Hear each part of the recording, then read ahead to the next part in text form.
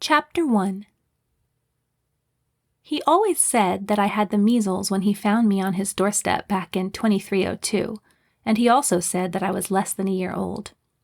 I believed him because, first of all, he was a doctor and ought to know about such things, and secondly, I would have had to be a pretty pitiful sight to induce him to take me in. He also said that it wasn't until he'd nursed me through the measles that it even occurred to him to keep me. That made sense also, given his status as a rather private bachelor with a small practice in Grand Forks, North Dakota. Adopting little orphan girls with measles probably wasn't something he'd planned on doing, but he didn't seem sorry that he'd found me. I know I wasn't. He also probably hadn't planned on going to space 8 years later, but he didn't seem sorry about that either. I knew he'd had his doubts at first, but he'd felt it was the right thing to do. Since I'd spent more than half my life in space, I felt much more comfortable there than I did on Earth. Our home now was the Surveyor, a Class A vessel who, like the late 20th century probes whose name she bore, was assigned to explore, document, and inform. Specifically, to search the outer reaches of the galaxy and beyond for alien life forms and valuable resources. Here we had friends, plenty of everything we needed, and I could be with the doctor and help him with his work all I wanted. "Andy, where'd you put the new instrument?" he called to me from sickbay. "You mean the compact magnetic resonance scanner?" I yelled back. I hurried to finish washing my hands.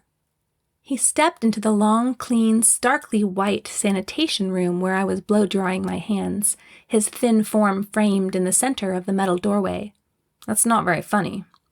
"It wasn't meant to be funny, that's what it's called." Not knowing a good answer for that, he eyed the dryer I had been using. "You'd think that in the last 300 years they would have invented something better than that for hand drying.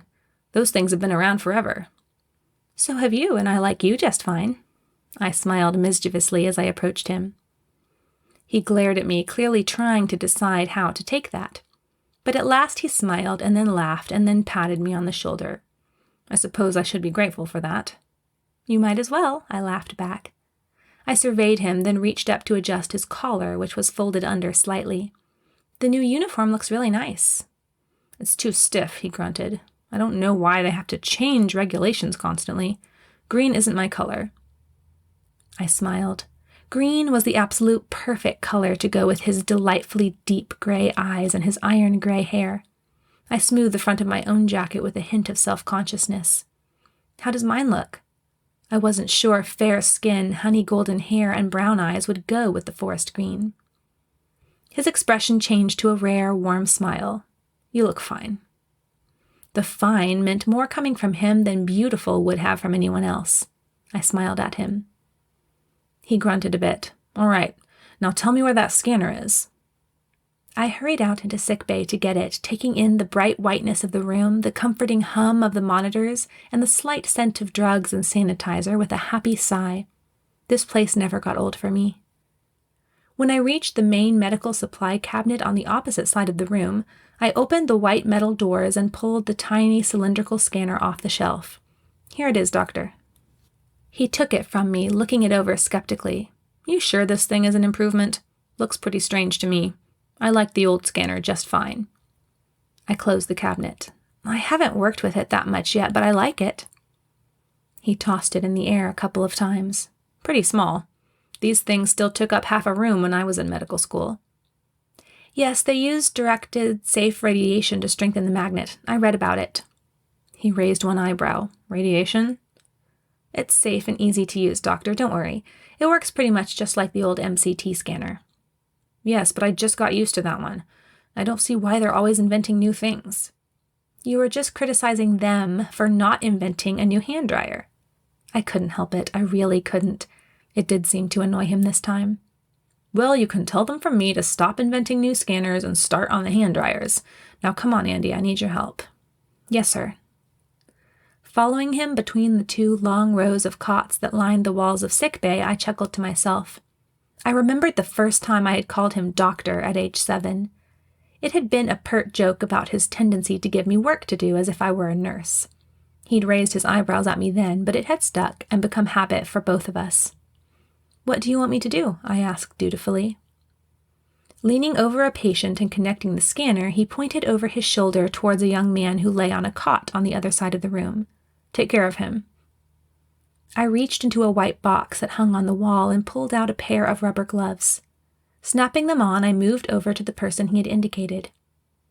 I observed by the insignia etched on his metal armband that it was a young lieutenant. Although the Surveyor was a private ship rather than one of the few military vessels, she still followed the traditional ranking system of captain, commander, lieutenant, etc. I'd asked why once, and the captain had explained that there had to be some rank, or how would anyone know who was in charge? I frowned at the armband as I approached. The doctor was opposed to them as a general rule, said they restricted a patient's circulation. He had frustrated the captain when we first came aboard by refusing to wear one himself or allow me to wear one. They had compromised by deciding that we would wear cloth bands instead. If the doctor had gotten to this young man first, the wide white band would have been removed from his upper arm before he had time to even think about it. The patient's eyes were closed as I approached him, and I took the opportunity to observe him. I didn't know who he was, which puzzled me since I knew all 112 people on the ship by sight at least. He was in his early 20s, I guessed, clean-shaven and average height with regular features and dark brown hair. I punched my authorization code into his monitor so I could read his status, and the beeping attracted his attention. "Who are you?" He had some kind of accent, one I'd never heard before. Not that that meant much. I hadn't heard many accents in my days. The majority of the ship's crew members were American, and in the collective 2 or 3 weeks a year I spent back on Earth, I never had much opportunity to meet other people. "I'm the doctor's assistant." I selected the case history tab on the screen before turning to face him. "Did you just come in?" "A minute ago." "That explains it." I put my hand under his elbow and clicked open the armband. This should have come off right away. "Hey, no haze. With such low blood pressure, you shouldn't even be wearing one of these. I'm going to have a talk with Captain Trent about this."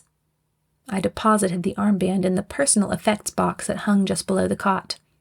"How long have you been subject to hypertension?" I questioned, pulling out a bottle of crystalloid tablets from that station's medicine cabinet.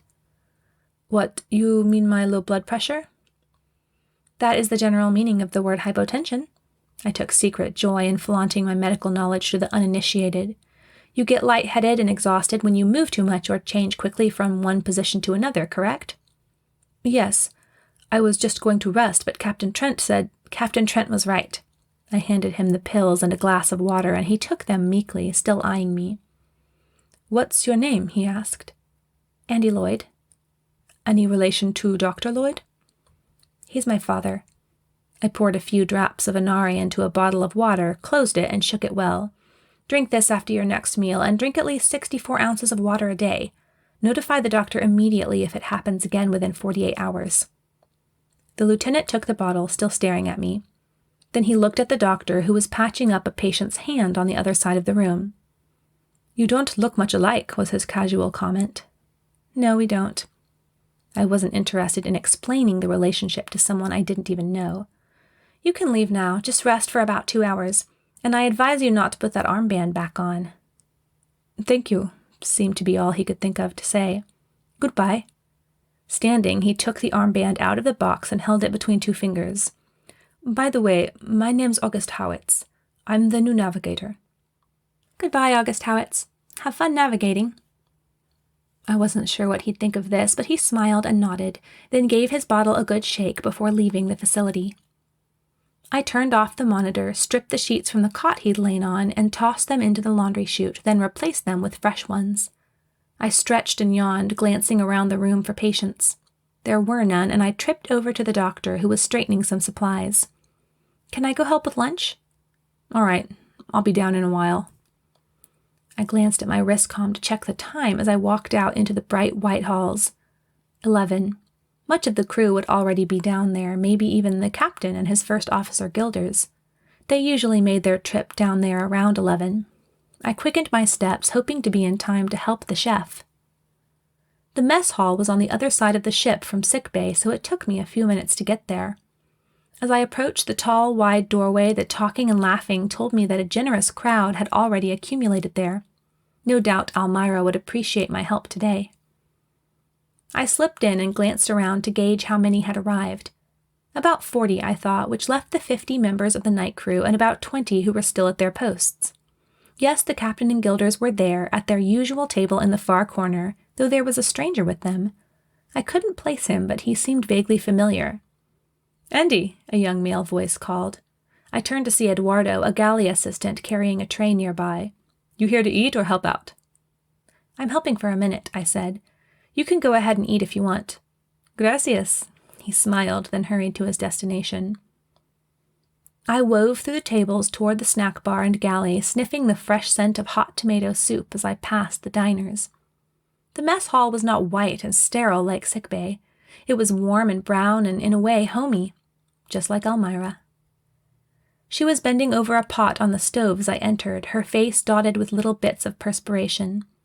A simple flowered apron was tied around her generous middle, clashing cheerfully with the green jacket, and her black hair was pulled up in that familiar knot behind her head. She turned as I walked forward. "Eduardo, that is—" she began. "Why, Andi!"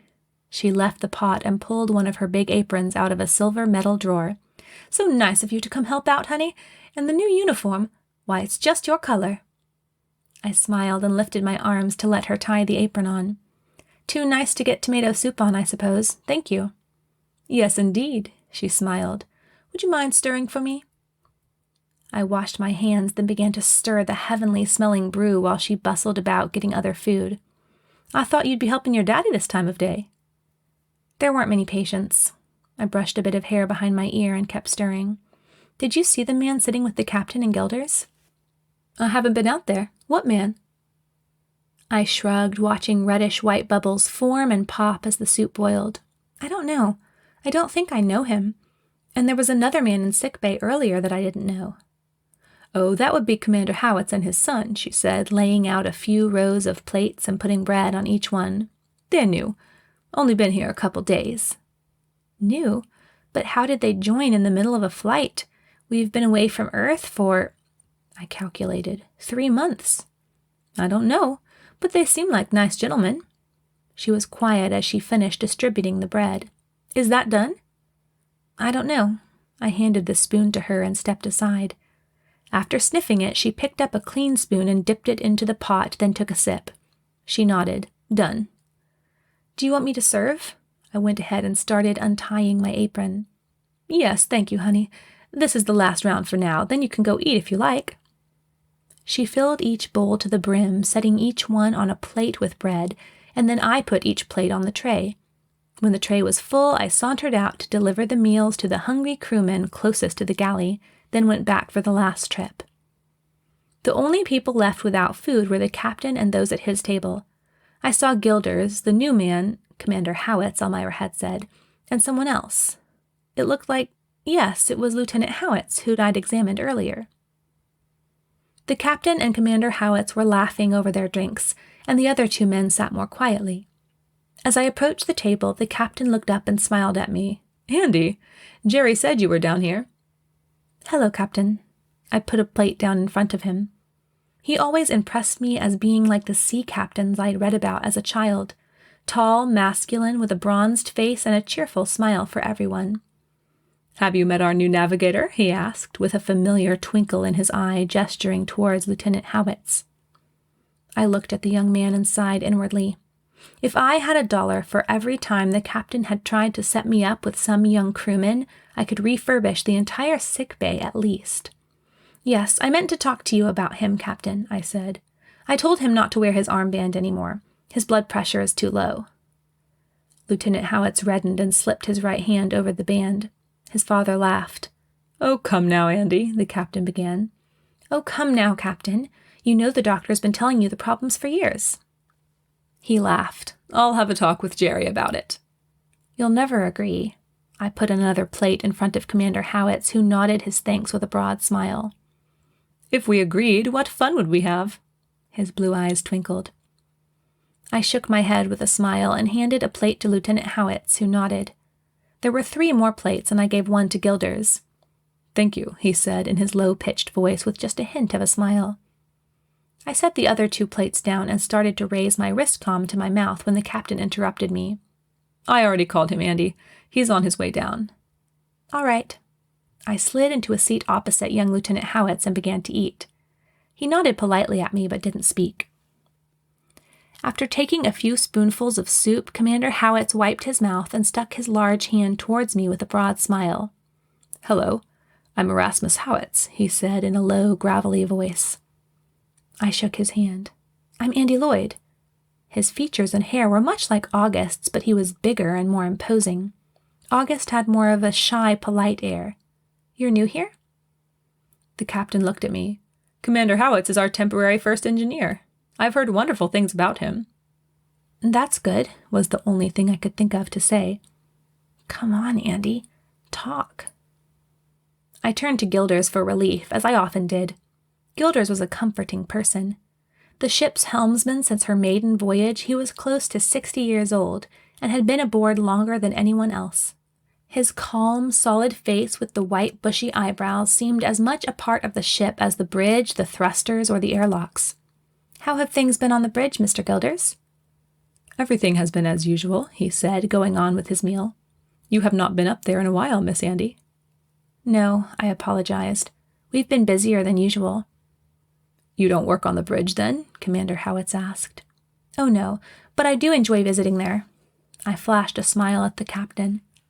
Sometimes he even asked me to substitute for some of the bridge positions, which I enjoyed in moderation, though I refused to give in to his suggestions of permanent appointment to any of them.